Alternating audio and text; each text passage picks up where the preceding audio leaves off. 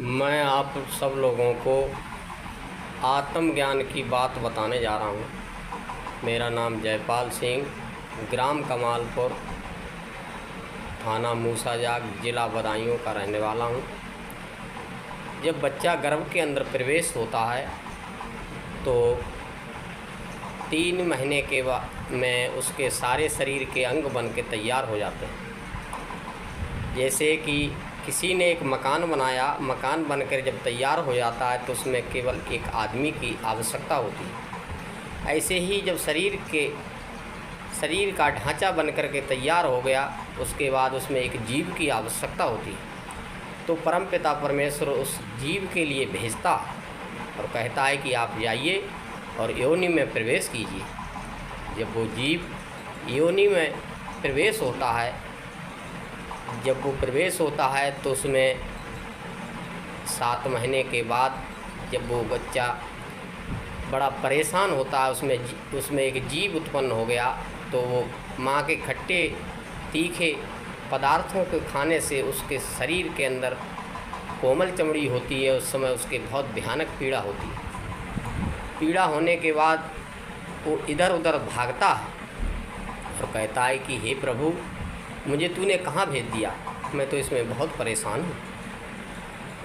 जब वो तड़प तड़प के उसमें अंदर उसको सांस लेने में दिक्कत आती है, उसी में वो मल करता है, पेशाब करता है, उसी में बड़ा परेशान हो जाता है। जब उसमें कीटाणु उत्पन्न हो जाते हैं, उन कीटाणु जो हैं वो कोमल चमड़ी पर अपना उसको हाथ समझ करके उसको नोचते हैं। जब नोचते हैं तो वो तड़पता है और कहता है कि हे प्रभु, हे परमपिता परमेश्वर, मुझे यहाँ से निकाल दे, मैं तेरा निकलते ही भजन करूँगा।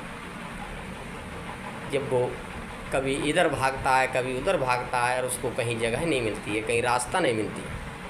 जब रास्ता नहीं मिलती है तो वो बेहोश होकर के पड़ जाता है और अपना एक बेलन कुंडला आकार बना करके अपने छुप जाता है एक कोख में। कहीं छुपने की उसे जगह भी नहीं मिलती है, वो कीटाणु उसको काटते हैं।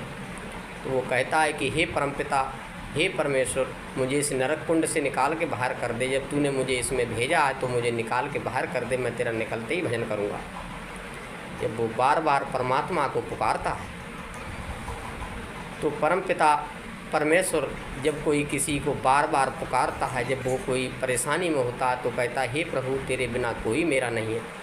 जब वो जीव उसमें एक झिल्लियों में फंसा हुआ जीव तड़पता है और कहता है कि हे परमपिता, हे स्वामी, मुझे निकाल के बाहर कर दे, मुझे तूने इसमें क्यों बंद कर रखा है। हे परमपिता, मैं तेरा निकलते ही भजन करूँगा।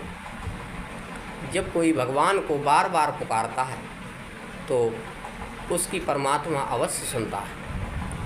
जब वो जीव बाहर निकल के आता है तो आंखें बंद होती हैं और जब उसकी निगाहें आंखें खुलने के बावजूद जब वो देखता है तो उसे जो चीज़ दिखाई देती है वो यही लगती है कि ये भगवान है।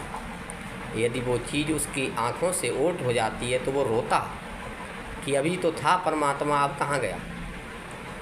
जब वो बैठने लायक हो जाता है होने के बाद माँ कहती है कि बच्चे को खिलौना ला दो, मगर उसे परमपिता परमेश्वर का कोई ख्याल नहीं है कि मैं किस वादा करके किस योनि में फंसा हुआ था तो मुझे प्रभु ने पार निकाला और आज मैं उसको भूल गया।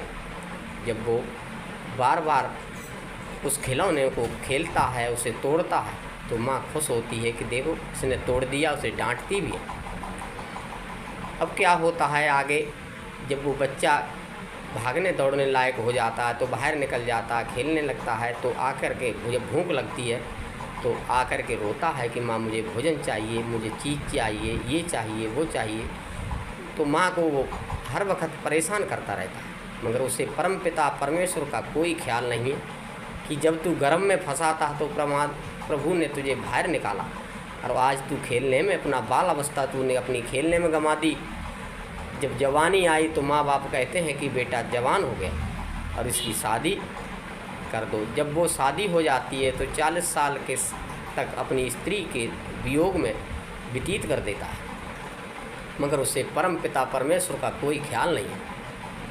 जब वो स्त्री के चक्कर में अपना जीवन के लिए खो बैठता है जब वो वृद्ध हो जाता है, जब किसी लायक नहीं रहता है, जिस जीव ने, जिस मनुष्य ने सारा संसार को यानी अपने परिवार को बना के तैयार कर दिया और वही परिवार आज उससे घृणा करना शुरू कर दिया उस परिवार को पालन पोषण करके उसको सब लायक कर दिया, आज उसी परिवार ने जब वृद्ध हो गया तो वही बच्चे, वही नाती, वही पोते उससे घृणा करना शुरू कर दिए। बताइए इस संसार में हमारा कौन है?